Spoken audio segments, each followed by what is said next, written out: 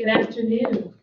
I think for most folks in the room, you are probably most familiar with Keith Alexander, our Emergency Planning and Preparedness Manager, and folks like Brian Claypool and our Operations and Safety folks. But today we're here to talk about how Louisville Gas and Electric Company and Kentucky Utilities Company, how we communicate and engage with our employees and some of our external audiences, including our customers and the general public, as well as the media.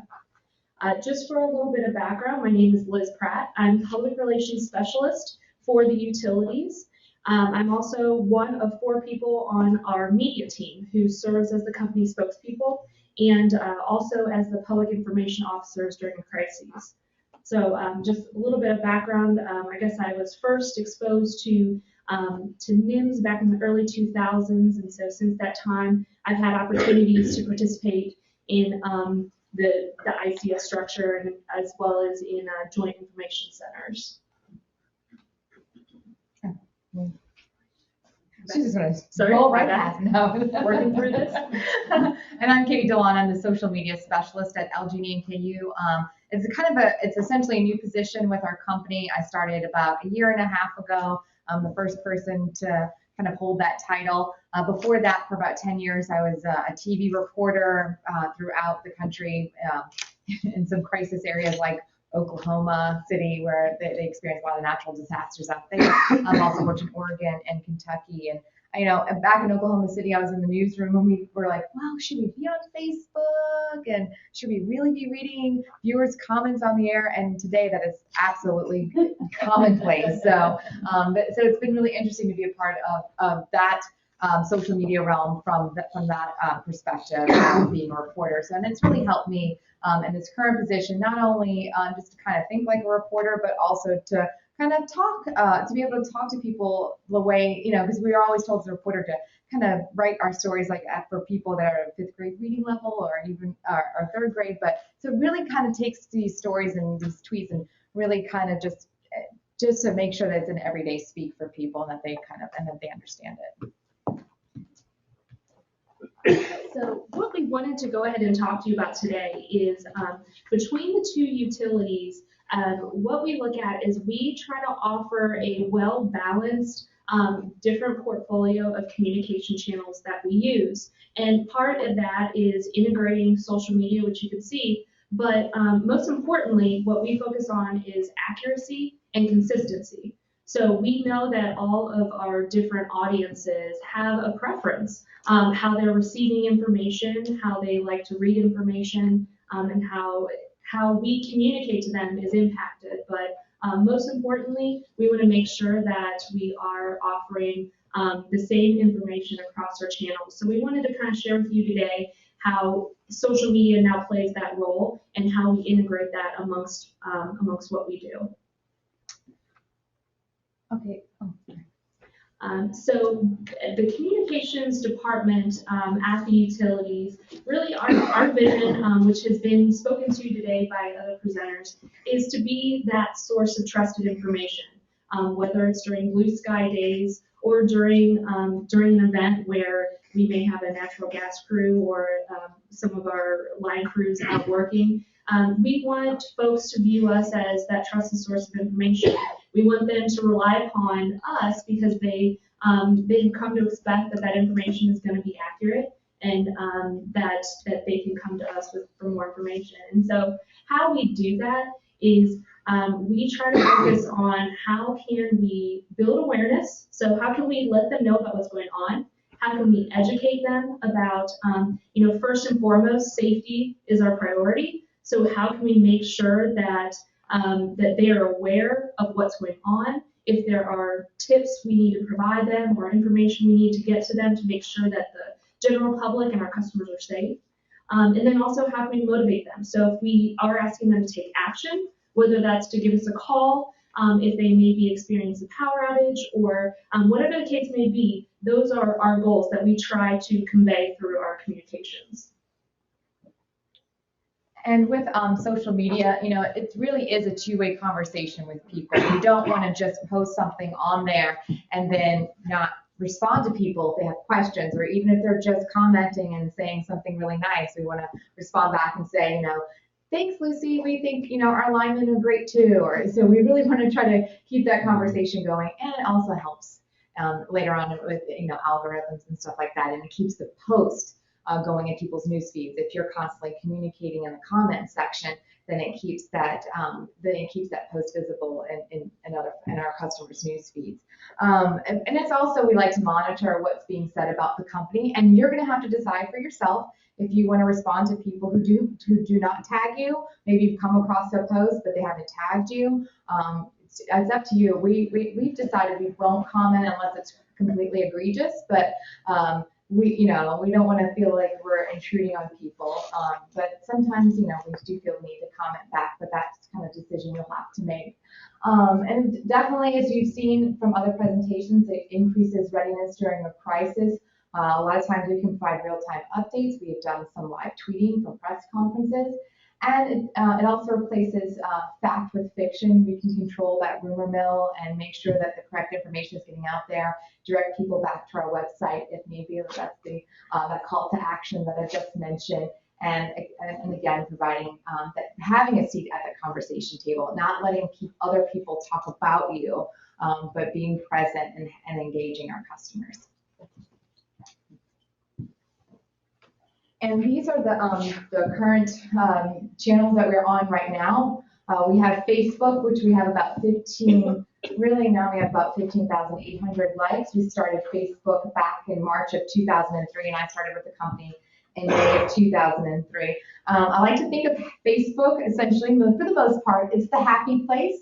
It's where families want to share photos of grandkids and kids and talk about fun things. Every once in a while, negative comments do pop up on Facebook, or negative posts do, but essentially most people kind of see it as the happy place. And like I mentioned earlier, we try to be conversational on Facebook. You try on Twitter, but again, you're limited to the character limit.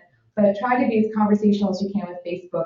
I wouldn't go around posting, oh, we're going to start this press conference at 1,300 hours. That doesn't make sense to a lot of people, so try to be as conversational as you can. We've built up our audience not only with organic posts, but also we've used our agency to try to do some paid posts as well. Sometimes if you're sitting there going, what's an organic post? Essentially, that's just you posting to Facebook and not putting any money towards it. It's just letting that post live and breathe on its own without any type of, because you can see at the bottom where you can go, hey, do you want to boost this post for $1 or $2? An organic post is just doing none of that, and just basically what you do probably personally, just make a post and see where it goes. And I know some other folks have mentioned how often they post. We typically post about once a day on Facebook and Twitter. On YouTube's a little different. We'll get into that a little bit later. But with Facebook, since we do have some paid advertising, we don't want to really bombard our folks. But if we're in the middle of an outage or any type of crisis, we will post more often than that. So but blue sky days, we're doing about one post a month because we are people's utility company. Sometimes they don't want to hear from us too often, but just often enough. And a lot of times we do a lot of branding. Essentially, we are a branding tool and letting people know about our energy efficiency programs, but also secondary, we are customer service. So we still like to send folks to our customer service center and talk to our reps, but we do field a lot of customer service inquiries. Twitter, we started that back in 2010 along with YouTube. We have about 6,200 followers and growing on Twitter. Twitter is the news place. I was a news reporter, and right before our morning meeting, folks are on Twitter going, okay, what story idea am I going to pitch today? So if you're looking for a time to post around 9 o'clock when reporters are going into a meeting, they need a story idea. So usually 9 a.m. or whatever time works for you, but I like 9 a.m. And we mentioned some rules about hashtags, just another rule of thumb. Don't put any types of symbols in a hashtag because that will break your hashtag. That's why we're LG&E, not LG&E and KU with a little ampersand. And make sure you follow reporters. Also follow meteorologists. When I worked at WDRB in Louisville, our meteorologist, our chief meteorologist, Mark Weinberg, had the most followers by far. So if you want to make sure that your stuff gets retweeted, follow these news people and tag them on your tweets. You can tag up to about 10 people. If you do Twitter from your mobile phone, you can tag up to about 10 people in the photo, and it doesn't count against your character, 140 characters. So that's a really neat tip to have. And YouTube started in 2010, and we have over 85,000 views. We'll see a little bit more of that later on. And it's up to you to decide whether you allow comments. We do, because we want to have a two-way conversation with people. So we do allow comments on Facebook. On YouTube, we just kind of monitor it, and we decide if we have the settings set up so where we get an email letting us know someone has commented, and we decide whether we want to post that on our YouTube page. Okay. So what we wanted to do next is just give you some of our two recent examples of incidents that LG&E and KU have responded to, and just to kind of help you walk through how we used our communications. And so back on September 17th, we had some gas crews doing some routine excavation work near Goshen, Kentucky. And as they were wrapping up for the day, a pipeline separated. So this immediately drew public media attention. Of course, first and foremost was the crews and responding to the situation. And so there were at the time 2 contractors injured who were released from the hospital. And so the crews spent the next couple days both making repairs and also then restoring customer service. So just to touch back on message consistency and help walk through how we in communications responded to this and to get information out to the general public.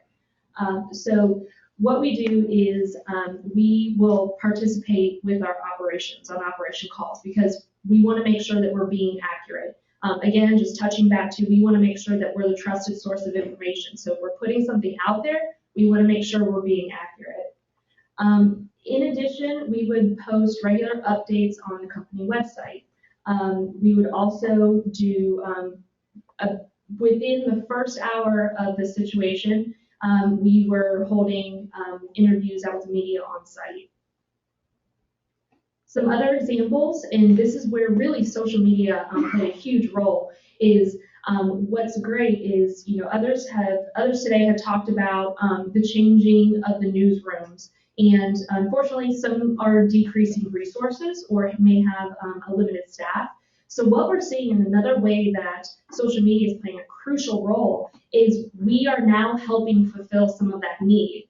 We had the ability to do live tweeting, to take photos. As we were doing press conferences, we were providing updates across our channels of what we were telling folks, the progress crews were making during the repairs, when customers could start expecting that their services were going to start being restored. The fact that we had more than 250 technicians out going house to house or to each business, making the restoration process work, how quickly it was working. So it was really nice because that's another way we really were able to get out that message. In addition, we also make sure that we're keeping our employees informed with what's going on. Oftentimes that could be an area that could be overlooked because you think everyone's involved, everyone's working on the same situation. So it sometimes can be taken for granted that everyone, all of your employees or all of your emergency responders are aware of what's going on. So we really want to make sure that we're getting the same information that we're sharing out to the public or to our customers and the general public, that it's also being shared with all of our employees. We have about 3,500 employees across the state. So anybody could be getting questions about what's going on. So we want to make sure that we're providing that same information to them. In addition, this also goes to our customer service representatives because they may be taking a phone call where they may get a question. So we want to make sure that anybody who may be answering phone calls also has that information as well. And then as a follow-up, we also submitted letters to the editor just to reach, we had a lot of media come out and cover the incident. So we just wanted to make sure that we thanked all emergency responders and the media and the general public for really being patient during the restoration and for all the assistance that we received. And this is essentially what our social media looked like during that time. The gas leak happened on a Wednesday night, and then we decided to put out some messaging the following day. We were watching social media throughout the evening and noticed that we really weren't getting a lot of customer comments that night. So we decided we wanted to make sure that the messaging was consistent with our media team and that messages went out internally, and then we did some stuff on social media. You can see some of our Facebook posts right here, along with Twitter, and a lot of our posts led back to our website, that link right there. At one point, I believe on Thursday, we held like kind of like an informal press conference for the media. I also went along and did some live tweeting. I find that to be a really great thing to do if you can, because during this last winter storm that we had during the polar vortex, live tweeting became pretty valuable because reporters are stressed to do a lot of things, and if you can take something off their hands, it's terrific, and it gets your message out there and it gets people back to your website if need be. So I noticed that while I was live tweeting, the reporters that were there at the press conference just retweeted my stuff because it was just easy for them just to hit the retweet button and not have to type out everything. And if you can, try to make sure you try to type out some live tweets ready to go, because that's what I do. I take Liz's talking points. I'm sorry, I'm blanking. That's why she's here. I take her talking points, or I take the press release, and I make a 140 character tweet ready to go, copy and paste, and right as she starts mentioning it during a press conference. And then we have the website right here. I just want to give you a little bit of information during this. Oh, no, I don't. Oh, we'll go back. But for our website, we had 1,350 unique visitors to our page. They spent over 3 minutes on that page. Usually they spend about a minute and a half typically on our website, and it was the 8th most visited page during that time period. Yeah. Okay, so taking a look at, we got some great customer feedback at that time, off to the right here, so that we had some wonderful engagement on social media. And then right here to the left, we had a customer, and an unhappy customer, and that's expected, but we didn't want to just ignore her, so we had a conversation with her. But anytime it starts to either become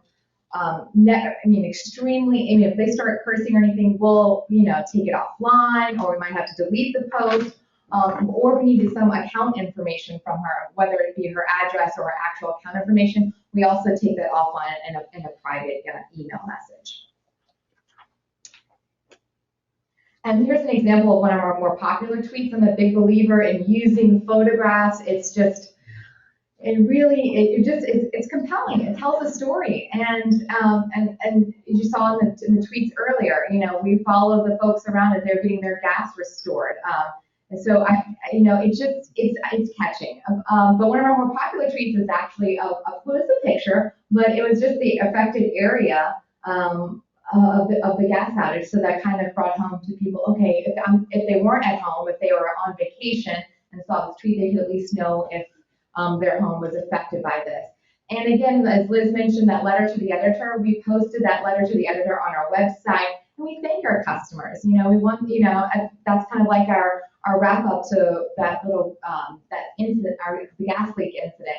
And these are some of the photos I was talking about. As the gas was being restored, I went around with our crews and kind of visually gave people things to look out for, like, hey, if you normally go, when you normally go home and you use the back door, look for this little tag on your front door that says, hey, we weren't here, but give us a call and we'll come by your house as quickly as possible to restore your gas.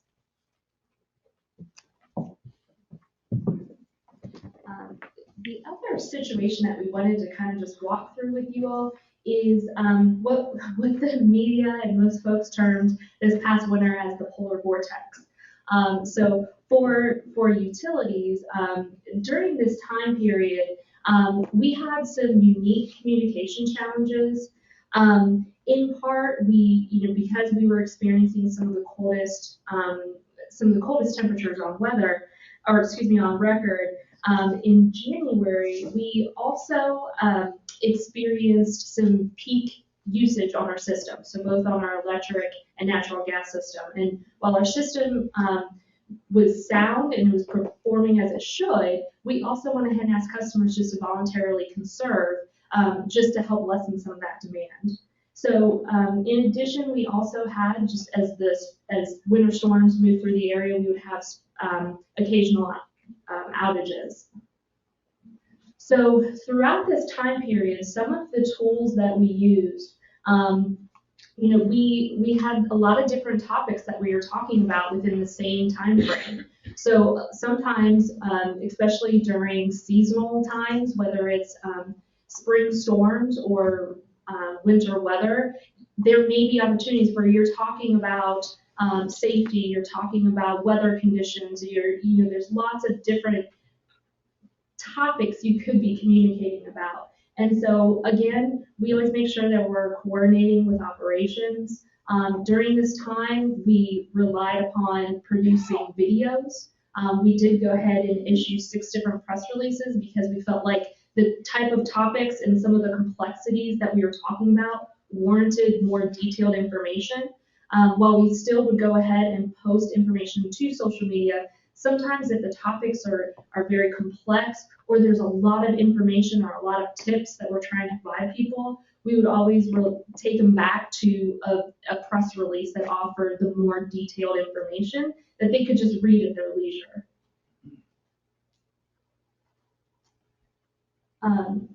Sorry. What? Obviously, I got a little bit trigger happy.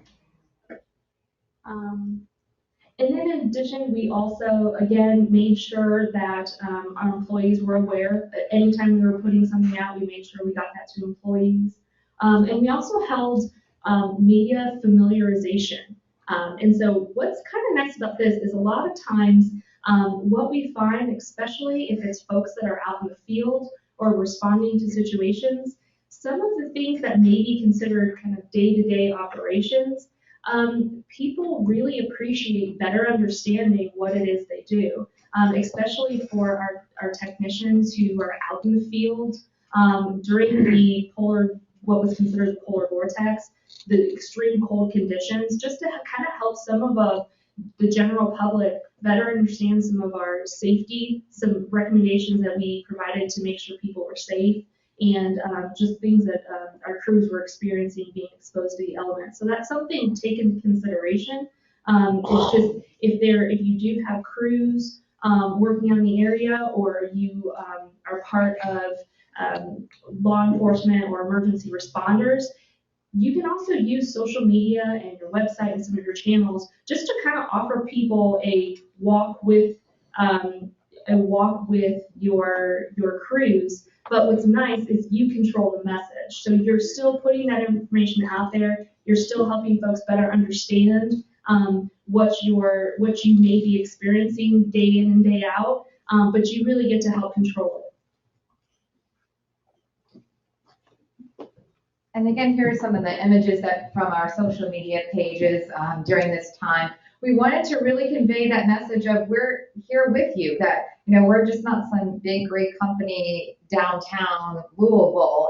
Our folks, our employees, many of them are also our customers as well. And so we wanted just to show them that, and put a human face to the story of the polar vortex.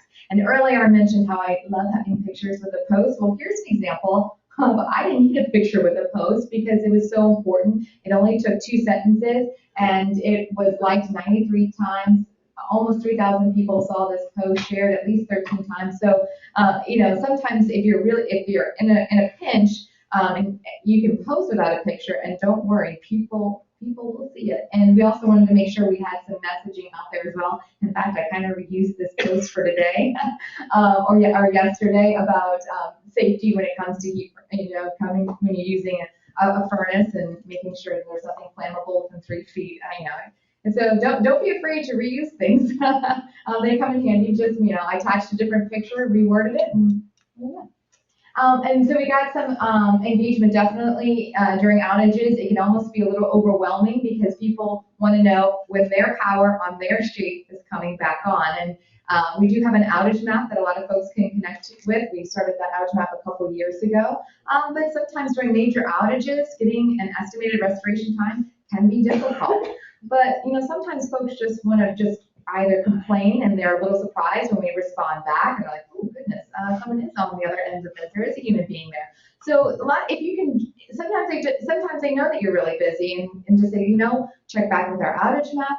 We'll do our best to kind of to let you know when you'll get back on, but just know that crews are out there. You may not see them on your street, but the outage may be somewhere down the road, but they are working to get you back on. And another example of just how important it is to be on Twitter, especially, reporters love it during an outage. They're constantly retweeting. They use it like an AP wire news source there, and they will retweet things at the speed of light. I kid you not. I mean, just within a matter of seconds, I could have 14 reporters retweet what I say. But it's also, I noticed that sometimes reporters get the information wrong. And one time a reporter tweeted out the wrong outage number to call to report your outage. But luckily, since we're on there, we can get on and say, oh wait, actually the number is da da da, and then we make sure that a lot of the reporters were retweeting the correct number.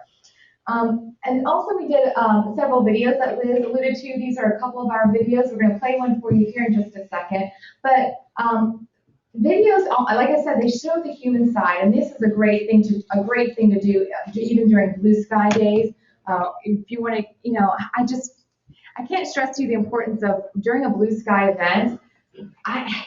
The best posts are the ones that remind people that we're human and that we do have some wonderful folks that work for us. Whether it's the fact that King Run is there assembling some military care packages, or it's the backpack giveaway. That is some of the best engagement you'll ever see. And so if you're doing things in your community, if you're a part of some community festival, take pictures, a couple of lines on a post, and it creates a terrific engagement. And that way they know that you're there for them. Your community knows that you're there for them, not only during a crisis, but also during the good times and the fun times as well. So Liz, we're going to play one of our videos for you. I think it was the Braving the Cold and Keeping You Warm video here.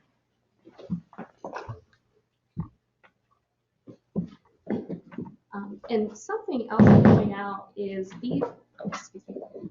something else to point out is both of these videos, the example that we're going to show you as well as some of these other videos, they were all shot just using an iPhone. Oh yeah, thanks. So a lot of folks, if you have a smartphone device, a lot of times it may be just an opportunity to either accompany a crew or it's just a quick video on your iPhone. And you can edit using like a $5 iPad app. So a couple of the videos I did just using the iPad app.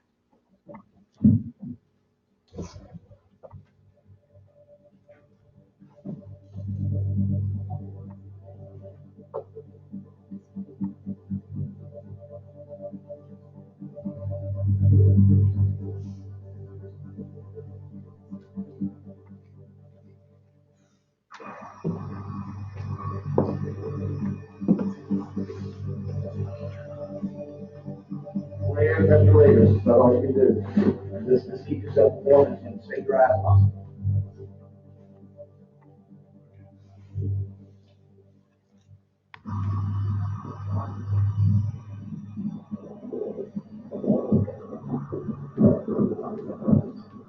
The baby right before the job.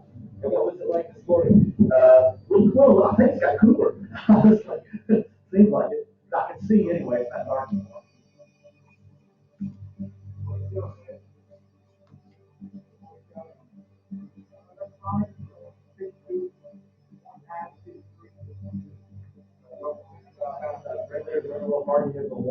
Like we had the rain the other night, and if it gets in any type of our situation, we're not going to break the freeze up. We'll disassemble them, warm them up, and put them back together.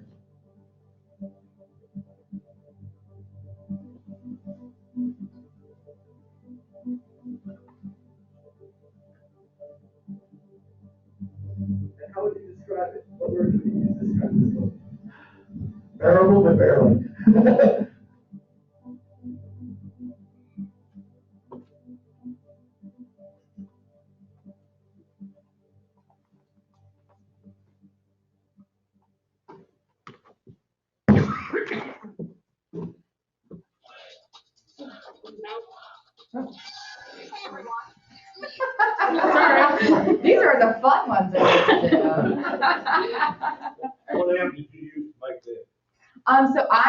used, it says still on, okay, so I use my iPhone. I do have a special lens on it, for a wide angle lens that I bought, but I mean, honestly, you could just use your camera.